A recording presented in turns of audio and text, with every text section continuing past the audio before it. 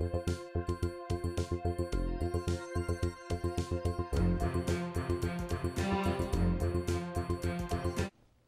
next step, once we've roughed in the door station as well as our master unit, is to go and start doing the room stations themselves. So our next step is to place our rough-in rings. You'll notice our rough-in ring is a small one-piece metal ring. It does have a convex side to it, so we want to make sure that that convex side is facing out. This allows the drywallers to cut the appropriate hole as they drywall over and not completely cover our rough-in ring. It only requires a couple of screws.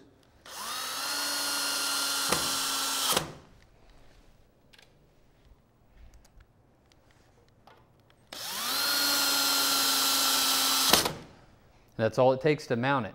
Now there are some things I want you to think about prior to running the wire. The DMC1 is a little different from most of the intercoms that you're used to because we do use Cat 5 wiring for all of our room station runs.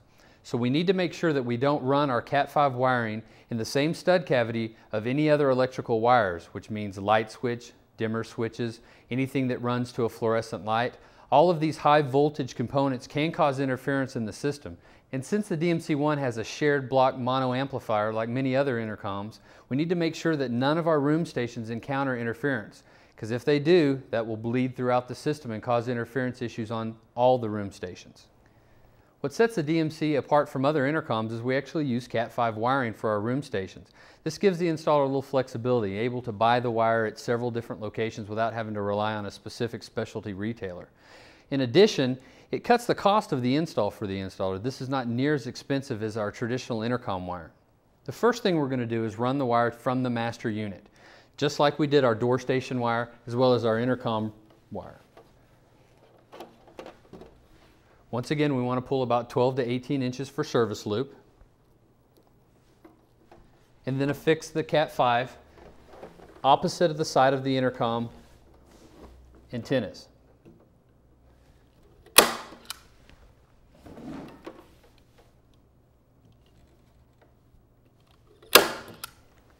As we're running the Cat 5 from the master unit to the room stations, we want to keep in mind that we want to keep this as far away from high voltage wire as possible. In most houses, it's impractical to tell you to keep it completely away from Romex because it's just really difficult to do that. But we do want to keep it as far away from Romex, fluorescent lights, any other wiring that's going to carry high voltage. The reason for that is, once again, we could get interfered noise that could bleed throughout the system. We want to come down the stud cavity where our room station is located, and there's a neat little trick to making sure that our wire is right where our room station is going to be on the finish out stage. And we can simply take a screw,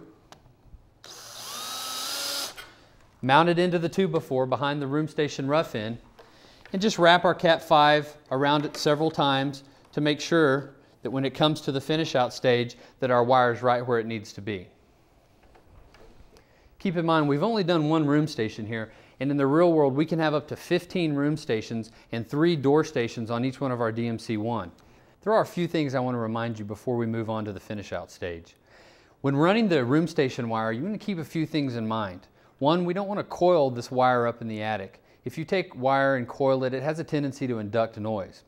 In addition to not coiling them, splicing the wire or running them against sharp flashings such as you find on air conditioning units is also dangerous. It could short the system out. Also, when deciding where to place room stations, you want to keep in mind that there is both a microphone and a speaker in each one of the room stations, so feedback is always an issue. To make sure we don't get feedback, we never want to face room stations towards themselves or towards the master unit itself. In addition, if the room stations have to be on the same wall as other room stations or the master, they need to be at least 10 feet apart. And lastly, we don't want to ever have these room stations mounted back to back. What I mean by that is, if this is a shared wall between 2 bedrooms, we can't put room stations in the same stud cavity back to back, because as the speaker projects sound forward, it also projects the same sound 180 degrees out of phase behind it, which will also be picked up by the other room station. So if we follow those 3 guidelines, we should be able to make sure we have no feedback on the system.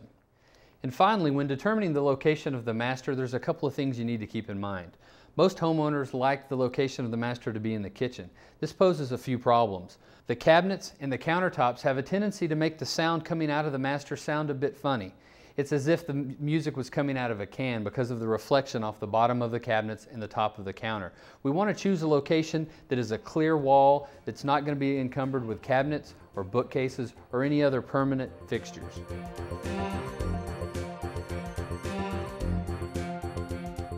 Now we're going to start the finish out stage.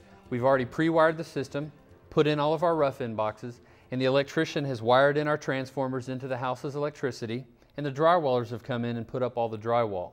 The first thing we're going to start with is our room stations.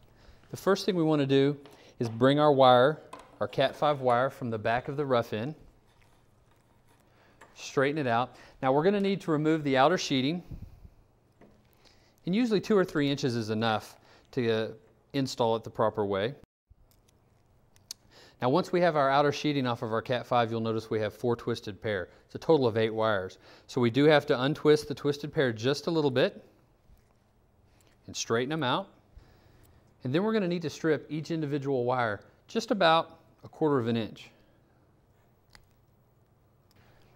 Now that we've got all of our twisted pair pulled apart and stripped, we're going to take up our room station, and you'll notice there's 6 total connectors on the back of the room station, and we have 8 wires. What we're going to do is double a few of those up. It's clearly stated on each one of the room stations which wire goes to which appropriate connector. We always want to take the wire and wrap it around the appropriate colored terminal in a clockwise manner. That way, as we tighten the screw down, we don't back the wire off the connection. We also want to keep in mind not to strip too much of the insulation back, because you'll notice there's small solder points along the circuit board on the back of the room station, and if any excess wire comes in contact with that, we could short it out. Now that we've made all of our connections, it's time to mount the room station in place. You do want to keep in mind that even though the grill is metal, the surrounding piece of the room station is plastic, so we don't want to over-tighten any of the screws. It's also a good idea not to tighten the first screw down too much. That way there's a little play in the room station. You can make sure you mount the second screw properly.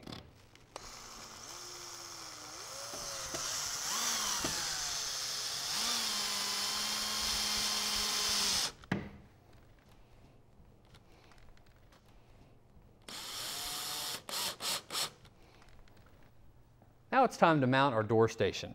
The first thing we want to do is pull out our wood block that we use to keep the wire in place, straighten out our connections, and we should have a 4 conductor wire with a drain. We've got a red, a black, a yellow, an orange, and an unshielded drain wire. Now for the door station itself, we need a little more room, about 2 to 3 inches of the outer sheeting removed. You'll also notice when I pull that off that there's a light blue foil insulation. That's really designed to help shield the wire from any interference, so we also want to remove that completely. Once we've removed all of the shielding, we also want to take the drain wire and cut it off flush with the outer sheeting. It's not going to be used at all on this side of the door station. We should be left with 4 wires, a red, a black, an orange, and a yellow. Now we're ready to wire them up to our door station. You'll notice that we have a red and black wire coming off the speaker of our door station, and those are color-coded directly to the red and black wire we have left on our intercom wire. I'm going to attach these using a wire nut. Now that we've wired up our speaker with our red and black wire, we're left with our orange and yellow wire for our push button. A common mistake that a lot of installers make is they use these 2 outer silver screws to connect the push button, where this is actually just a cover for our push button. The first thing we need to do is remove these 2 screws.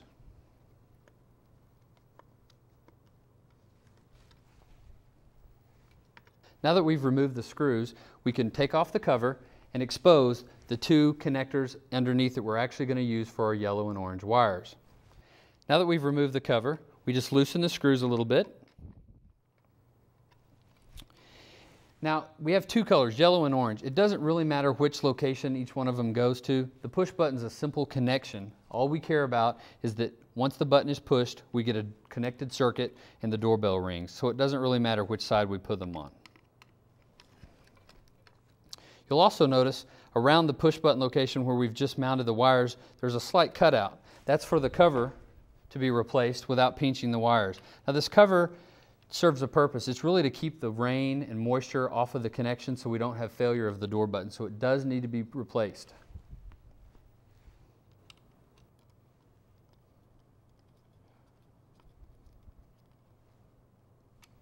Now that we've replaced the cover, it's time to mount the door station.